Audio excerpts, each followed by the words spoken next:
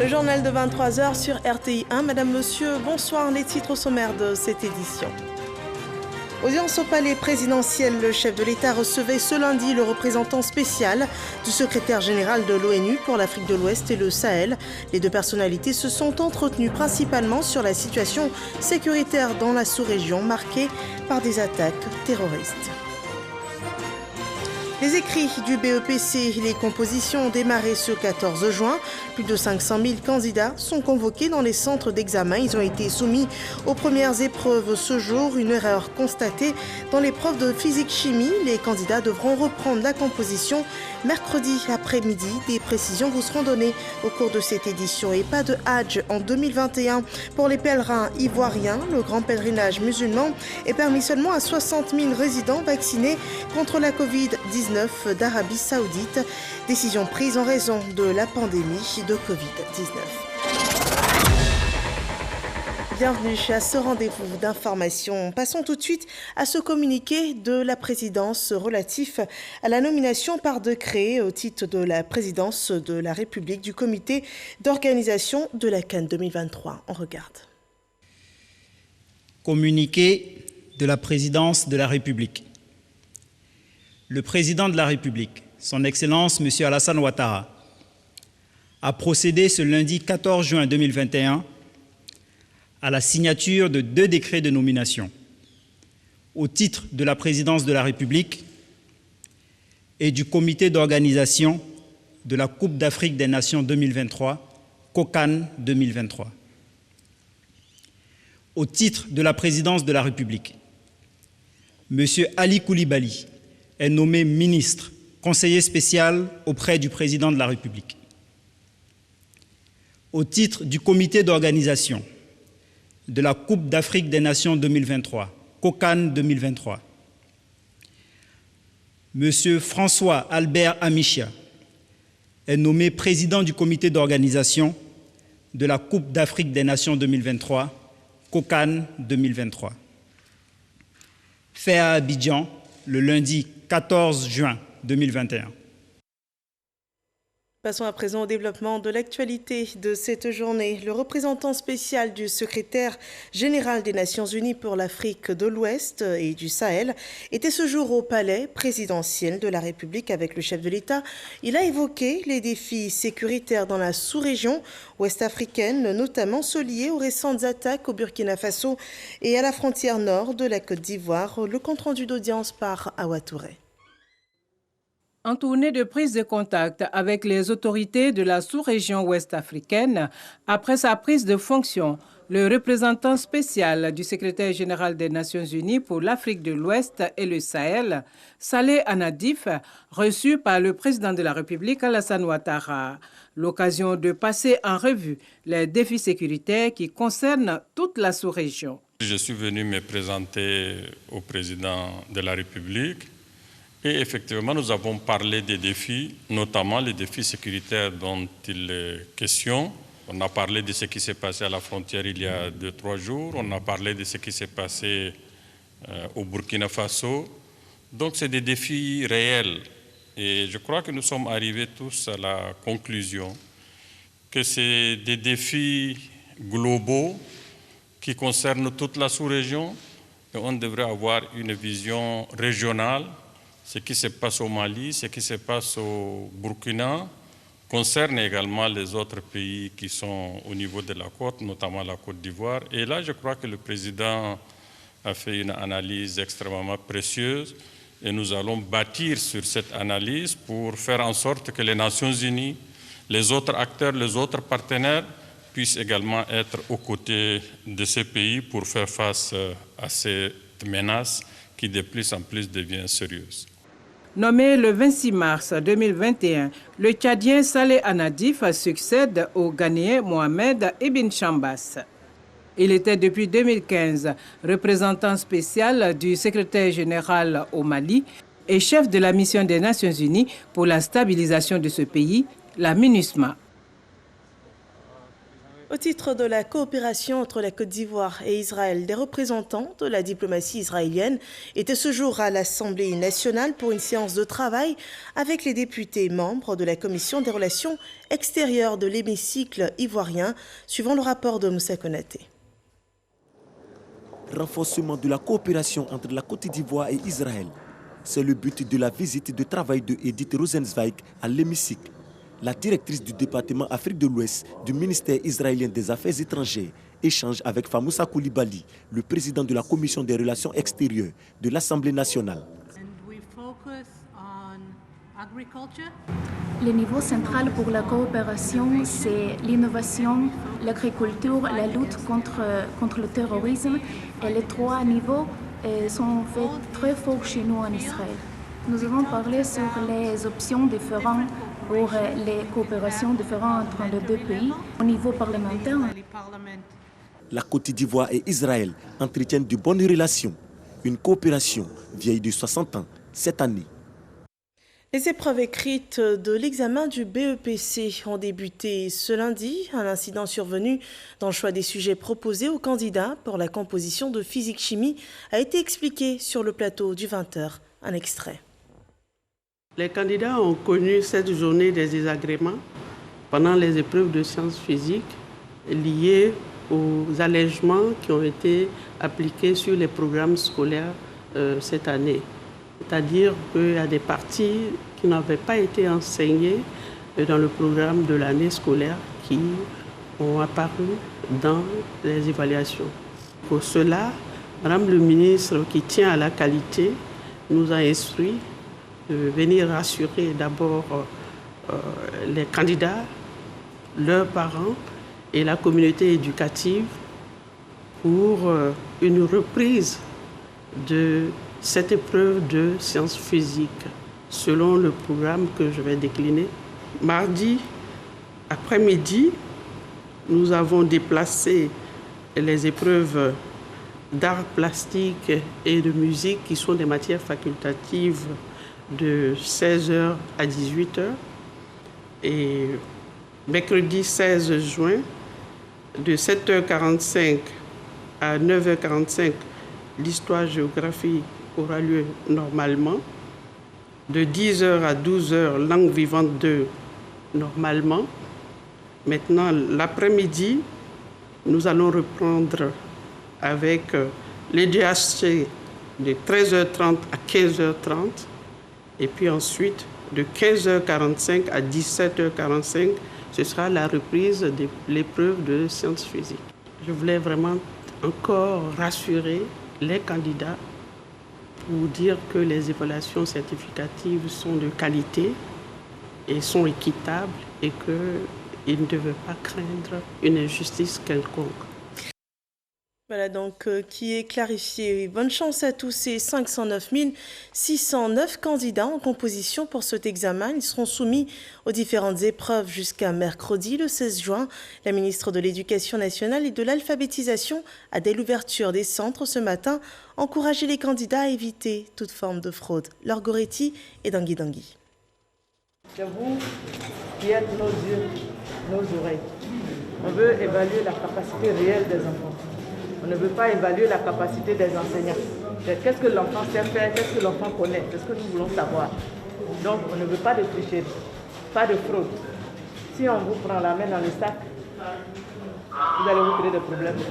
La ministre de l'Éducation nationale et de l'alphabétisation, Mariatou Koné, s'est rendue au centre d'examen lycée Aris d'Adjamé en présence du premier magistrat de la commune pour témoigner son soutien aux candidats au brevet d'études du premier cycle BEPC et les exhorte au respect des consignes contre la tricherie et la corruption. Je suis le ministre en charge de l'éducation. Je suis venu vous encourager pour l'examen d'aujourd'hui. Bonne chance. Si quelqu'un vient nous aider à tricher, crie, on attrape la personne, dénonce la personne. Les candidats en situation de handicap, notamment les malvoyants et les malentendants, composent aussi dans les mêmes épreuves. Ils ont également reçu la visite de la ministre Mariatou Koné au centre Emmanuel Dioulo du Plateau. À partir d'aujourd'hui, c'est l'examen écrit du BEPC. Le président de la République, son Excellence Alassane Ouattara, est pour une école inclusive, faire en sorte que, quelle que soit sa situation, l'enfant puisse accéder à l'école. Nous avons prodigué quelques conseils, la lutte contre la fraude, la lutte contre la tricherie. Et je pense que les enfants ont tellement bien compris que ce sont eux qui nous accueillent même avec déjà ce slogan qui est une école de qualité, une école de mérite dans la transparence et dans l'équité. Et ils sont prêts à dénoncer des examinateurs. Dénoncer pour les handicapés, ce sont les copistes et les examinateurs. Et pour les autres, ce sont les enseignants, les surveillants et tout ça. Les enfants sont prêts à le faire. Et je voudrais vous dire que déjà pour l'examen oral, pour les épreuves orales, quelques enseignants ont été dénoncés. Les épreuves écrites du BEPC ont débuté par le français. 509 609 candidats composent à l'épreuve du BEPC session 2021 avec 239 644 filles et 269 965 garçons répartis dans 816 centres de composition. C'est d'autres sujets en une de ce journal. Le pèlerinage à la Mecque ne pourra être effectué cette année au grand désarroi des pèlerins ivoiriens pour cause le Covid-19. L'Arabie Saoudite décide de limiter le Hajj à 60 000 pèlerins résidant déjà sur le territoire et vaccinés contre la Covid-19. Evelyne Yoboué et Mahama Traoré pour les explications. L'information a fait le tour du web et des grands médias ce week-end. Ce dimanche, elle a été confirmée par le directeur général des cultes.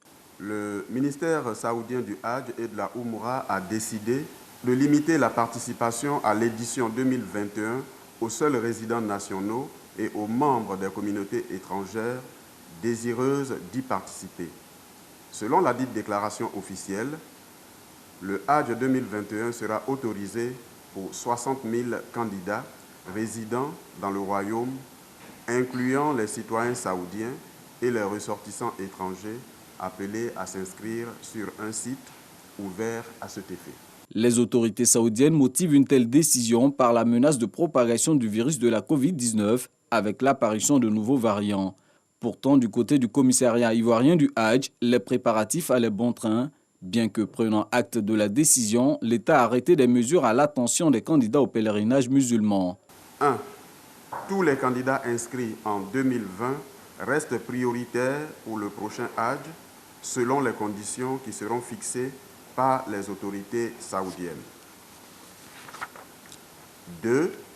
La possibilité de rembourser les frais d'inscription à ceux qui le souhaiteraient. 3. La prise en charge des consultations médicales pré-pèlerinage des candidats inscrits en 2020 et qui ont été invités en 2021 par le commissariat du Hajj à reprendre les dites consultations. 4. La possibilité de remplacer des candidats décédés ou en situation de handicap selon les conditions arrêtées par le comité de surveillance. Le commissariat du Hajj dit se tenir à la disposition des candidats pèlerins pour toute information complémentaire. Ils sont au nombre de 10 000, dont 7 000 pour le compte du contingent étatique et 3 000 affectés aux opérateurs privés. Voilà, et malgré les vaccins, la pandémie bouleverse encore les calendriers. Suivons le point de cette journée.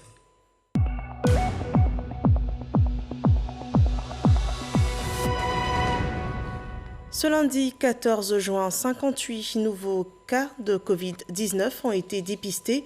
25 nouvelles guérisons enregistrées, ce qui fait un total de 47 760 cas confirmés, dont 47 239 personnes guéries, 306 décès enregistrés et 215 cas encore actifs. Ce dernier point annonce également au moins 694 950 doses de vaccins administrées contre la Covid-19 en Côte d'Ivoire. Journée mondiale du donneur de sang, ce 14 juin, une journée pour faire connaître au monde le besoin en sang et en produits sanguins sûrs aux fins de transfusion et de sensibiliser aussi à la contribution essentielle des donneurs de sang volontaires. Ce 14 juin donc, c'est un jour en hommage à ces personnes qui ont permis directement de sauver ou d'améliorer la vie de millions de personnes, donnant régulièrement et volontairement surtout leur sang. Didier Nguessan nous présente ces personnes honorées par le Centre national de transfusion sanguine. Fondio Maïmouna est drépanocytaire. Son état de santé nécessite d'être régulièrement transfusé. Reconnaissante à tous ces donneurs de sang anonymes, elle témoigne. Plusieurs fois, lors de mes crises, j'ai pu entendre les médecins dire « ne passera pas la nuit » parce qu'on n'avait pas encore trouvé de poche de sang. À cet instant précis, tu te rends compte que chaque jour, chaque minute, chaque seconde, ta vie est liée à quelqu'un quelque part en Côte d'Ivoire ici. Plusieurs vies sont sauvées grâce à la contribution de 100 000 donneurs bénévoles.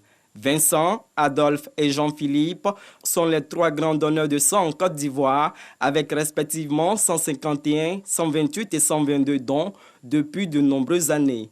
Le Centre national de transfusion sanguine, CNTS, les honore à l'occasion de la journée mondiale des donneurs de sang. Pour la première fois sur ma paroisse en 1985, le docteur venait d'arriver en Côte d'Ivoire et il a donné une conférence. Et à partir de cette conférence-là, j'ai dit que je dois donner jusqu'au bout. Et c'est ce que je fais jusqu'à aujourd'hui. Cette récompense est vraiment bien arrivée. C'est un sentiment de fierté. On fait ça bénévolement, sans intérêt, sans attendre quelque chose en retour, parce qu'on aimait la chose. Des institutions et entreprises ont également été primées. L'Organisation mondiale de la santé estime à 240 000 poches de sang le besoin en Côte d'Ivoire. Le CNTS a pu collecter seulement 152 000 poches en 2020. L'OMS recommande à tous les pays non seulement d'utiliser les guides qui sont mis à la disposition des pays pour assurer du sang de qualité, mais aussi de sensibiliser les populations, et notamment les populations jeunes, à ce qu'elles viennent donner leur sang. Le malade ne doit pas se déplacer de l'hôpital jusqu'à un centre de transfusion. C'est l'hôpital qui se déplace vers le centre de transfusion, récupère le liquide précieux et l'envoie au sein de l'hôpital pour que le sang soit aux cheveux du malade. Parce que le sang, ça sauve la vie, mais mal conservé, mal utilisé, ça donne la mort. De 2011 à 2021, le nombre de centres de collecte de sang a pratiquement doublé, passant de 14 à 27 centres. Notre engagement pour la disponibilité des produits sanguins se doit d'être maintenu et amplifié pour parvenir à l'accessibilité des populations aux soins de santé de qualité. Ambition absolue pour le président de la République, son Excellence Alassane Ouattara. Cette année, les célébrations éclatées tournent autour du thème « Donner du sang et faire battre le cœur du monde ». Et on dira donner du sang pour sauver des vies. Et pour la sécurité transfusionnelle, 1000 poches de sang ont été collectées ce jour à Korogo. Derrière cette action salutaire, Lassina Ouattara, député de la commune, il a incité le tout Korogo à participer aux opérations de dons de sang et cela régulièrement. Le reportage de Soro Corona. Association des donneurs de sang, de jeunes, de femmes, des guides religieux et chefs traditionnels de la commune de Korogo. Ils répondent ainsi à l'appel de Lassina Ouattara, député de Korogo commune, celui de fournir des poches de sang afin de faire face au manque de sang et produits sanguins dans les structures sanitaires de Korogo. On a constaté que depuis un certain temps, il n'y a pas assez de sang au niveau du Nord. Donc on a essayé cette initiative pour qu'on ait assez de donneurs, pour que beaucoup plus donnent leur sang. Nous, les mamans, ça nous sauve, ça sauve nos enfants. Vraiment, merci à l'honorable ASPR. Et que si chaque 3 mois, on pouvait continuer dans ce sens-là, vraiment, je pense que ça allait diminuer le taux de décès à Korogo. En une journée, ce sont environ 1000 poches de sang qui ont été collectées. Et on souhaite vraiment qu'elles se multiplient à travers tout le pays pour que plus jamais quelqu'un ne perde la vie par manque de sang. Les dialysés de la région du Poro apprécient cette opération qui intervient comme un soulagement. Nous ne pouvons pas donner, mais comme nous sommes les premiers bénéficiaires, c'est vraiment pour laquelle nous sommes là pour le soutenir, pour lui dire merci vraiment pour cette initiative de don de sang. Pour le LU, plus personne ne doit mourir par manque de sang à Korogo. À chaque fois, on perd des vies. Et vraiment, j'ai décidé comme ça de faire un projet de donner de sang à la population de Korogo. Quand il y a un jeune qui est venu me voir une fois en pleurant, qui à cause de manque de sang, il a payé sa maman. Et vraiment, ça m'a touché au cœur. Les autorités administratives et municipales saluent l'initiative. Cette opération don de sang commémore également la journée mondiale des donneurs de sang. Célébrée le 14 juin de chaque année, cette journée vise à encourager le don de sang et promouvoir l'importance du don. L'initiateur compte renouveler cette action chaque trimestre. Voilà des poches de sang qui pourraient être profitables aux patients dans le besoin dans les centres de santé. Partons pour Boisflé, où les populations sont reconnaissantes pour une ambulance médicalisée offerte par le président de la République, la réalisation d'une promesse faite au cours de la récente visite d'État dans la région d'Amaraoui. Eugène Toubé. Une ambulance médicalisée neuve rutulante destinée au centre de santé de Pakwabo. Il y a 3 centres satellites qui vont aussi en bénéficier. Il y a le CSR de Djakou Nord, il y a le CSR à Kangisankro et il y a le CSR de Kabo, en plus du CSU de Pakwabo. Au moins plus de 200 000 personnes vont en bénéficier. C'est un don du président de la République. Alassane Ouattara l'avait promise lors de sa visite d'État dans la région de la Maraoui. L'ambulance qui est venue, ce n'est pas le jour où une femme s'en va accoucher que c'est difficile qu'on doit l'envoyer urgemment à Boisflé. La femme qui est dedans ne va pas chercher à savoir si elle est RHDP, PDCI, FPI, etc. Donc l'ambulance est un élément qui doit nous fédérer. Pakwabo a donné un bel exemple d'union et de solidarité par la mobilisation de ses filles, fils des cadres. Aujourd'hui, c'est une nouvelle marche. Tous ont fini par s'accorder sur l'essentiel.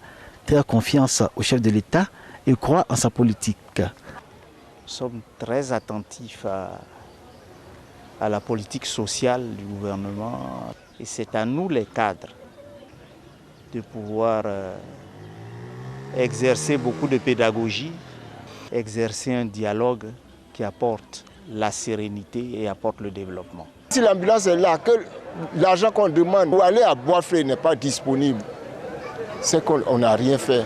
C'est à ces éléments-là que les mutuelles doivent réfléchir pour apporter des solutions en accord avec le sous-préfet et le comité de gestion de l'hôpital. C'est là que nous attendons les cadres. À Pakwabo aujourd'hui, on entend dire sans retenue que les populations de cette sous-préfecture soutiennent Alassane Ouattara. Elles engagent même avec assurance tout le peuple à Yaou. Et un hommage au chef de l'État dans la région du Guémon. Les élus et cadres de cette région rassemblés dans la ville de Djuekoué ont loué les actions engagées pour le développement de leur région, suivant ce récit de F. Boué. Djuekoué, place publique. Mobilisation exceptionnelle ce samedi. Les populations, dans leur diversité, sont venues de toutes les contrées des 4 départements de la région du Guémon, à savoir Djuekoué, Bangolo, Fakobli et Kubli, pour exprimer leur reconnaissance au président Alassane Ouattara. En effet, la région, sous l'impulsion du chef de l'État, présente aujourd'hui un meilleur visage. Promotion des fils en les nommant à de hautes responsabilités, amélioration considérable des conditions de vie des populations dans les domaines de l'éducation, la santé, l'hydraulique, l'électrification. Dès son premier quinquennat, ces actions ont tracé les premières marques de la transformation du Guémon. À ce jour, le bilan partiel peut être résumé comme suit. Presque tous les villages du Guémon sont connectés au réseau électrique national. Chaque chef-lieu de sous-préfecture dispose d'un collège de proximité et d'un centre de santé intégré. Pour la seule année de 2020, 16 collèges de proximité et d'innombrables ouvrages ont été réalisés par la primature. Ajoutez à cela un réseau routier en plein chantier avec, entre autres, la réhabilitation en cours de l'axe d'Aloa, Djuekoué-Man et cette nouvelle inespérée donnée par le ministre des Transports, Amadou Kouné, représentant le parrain Téné Birahima Ouattara, ministre d'État, ministre de la Défense. Avec l'autorisation du Premier ministre et la bénédiction du ministre de l'Équipement,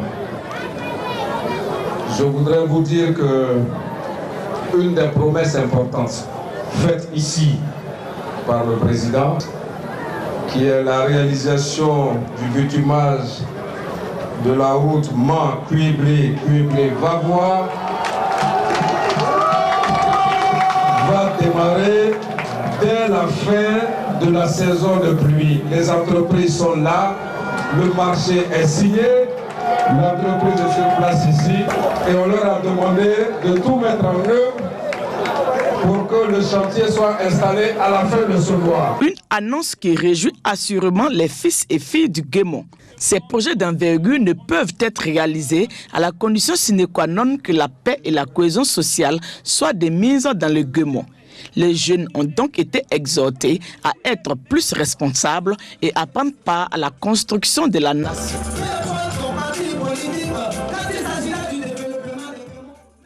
Le développement inclut de nouvelles stratégies d'action. Le ministre Koné Bruno associe les élus locaux à sa mission pour une collaboration sur l'exécution des programmes d'urbanisation.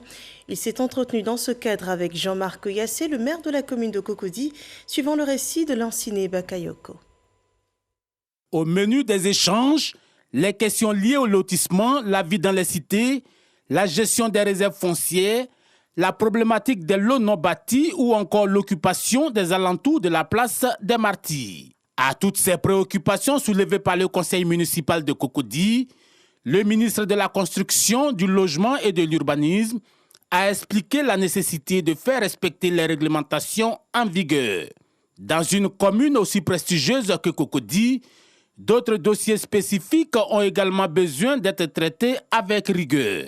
Les sujets vont des installations anarchiques, aux problèmes de construction sans permis de construire, aux lots qui ne sont pas mis en valeur ou qui sont insuffisamment mis en valeur, les difficultés qu'on a avec certains terroirs villageois contenus dans la commune, que nous souhaitons ensemble traiter. La qualité du cadre de vie en milieu urbain, c'est bien sûr celle du logement, sa dimension et son entretien. Mais c'est aussi des rues dégagées et verdoyantes. Des chantiers qui ne manqueront pas de provoquer des grincements de dents chez ceux qui occupent anarchiquement les trottoirs ou qui construisent des habitations spontanées. Mais la mairie de Cocody s'est engagée à faire preuve de fermeté. Nous allons nous mettre à la tâche pour pouvoir y remédier. C'est des problèmes au niveau de l'urbanisme, au niveau de la construction, au niveau de notre environnement. Et je pense que si nous appliquons correctement toutes les préoccupations et du moins trouvons des solutions à ce que le ministre a dit, je crois que nous allons hisser notre commune comme l'une des meilleures communes, non seulement de la Côte d'Ivoire, déjà qu'elle est, mais aussi au niveau de l'Afrique. À ce rendez-vous avec les autorités de Cocody, Bruno Koné a interpellé les municipalités sur les questions beaucoup plus globales liées à la mise en place du plan directeur d'urbanisme. Faire en sorte que le lotissement effectué soit plus cohérent entre eux, qu'il y ait un rattachement qui se fasse entre les aménagements qui sont effectués, que nous ayons des voies ouvertes quand vous avez plusieurs lotissements qui se suivent. À un moment donné, par exemple, il faut deux fois deux voies. D'autres visites sont prévues aussi bien dans le district d'Abidjan que dans les villes du pays profond. Voyons à présent cette infrastructure détruite par les flammes. Le siège de la Fédération des associations pour la promotion sociale des handicapés de Côte d'Ivoire a été ravagé par un incendie ce matin, un sinistre qui serait survenu après un court-circuit électrique. Pas de perte en vie humaine, mais de nombreux dégâts matériels considérables ont été enregistrés. Dans l'actualité internationale, les alliés de l'OTAN mettent à jour la feuille de route de l'organisation. Quelles menaces pèsent sur les États membres? Qui sont ses ennemis? Comment gérer son voisinage et avec quels moyens? Voilà des questions dont les réponses définiront le concept stratégique de l'organisation du traité de l'Atlantique du Nord à l'ouverture ce lundi à Bruxelles. Les dirigeants de l'OTAN se sont déclarés préoccupés par les ambitions déclarées de la Chine et par la menace grandissante représentée par le renforcement militaire de la Russie. C'est la fin de ce journal. Merci de l'avoir suivi. Le prochain point vous sera proposé à 6h30 par Abdoulaye Koné. Bonne fin de soirée chez vous.